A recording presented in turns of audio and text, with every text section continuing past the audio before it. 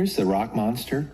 And again, a lot like Robert, a lot of people were real excited to work on the rock monster, and we had a lot of ideas of what he could look like and what the children could look like. Some of them we went very organic, very sharp, looking like they could have been a part of the cliff and walk right out from that. Others took on more of a Mr. Potato Head looked more like round boulders that might have been laying on the beach. But I think one of the lines in the movie, one of the characters says that they think that he could crush a Volkswagen. So, they had to be really large. Some of the rock monsters really took on a very cartoony look. Others took a more realistic looked more humanoid.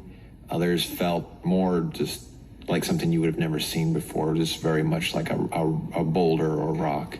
The other trick with doing a rock monster was, rocks don't tend to flex very much. So you had to figure out a way of making it so that the rocks would be able to move their arms and legs without actually bending any one shape, because, it has to hold up. Like, these look like rocks. And if all of a sudden you get squash and stretch out of the rocks, they don't really feel like rocks anymore. They feel like rubber. So that's a design challenge. I mean, that's hard to figure out. As we get closer to the final model, you can see it in the concept drawings. In this drawing here, this is a drawing we were really happy with. It was definitely on the right track. But as we started to look at it in a sense of how were we going to build this and animate it, we realized that it was a little bit too complicated.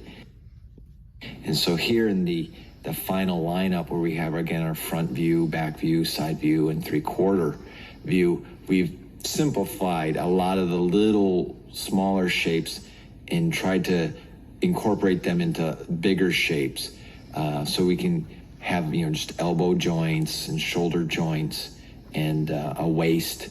That line in the center then of the main torso is where he can bend and rotate his chest and pelvis.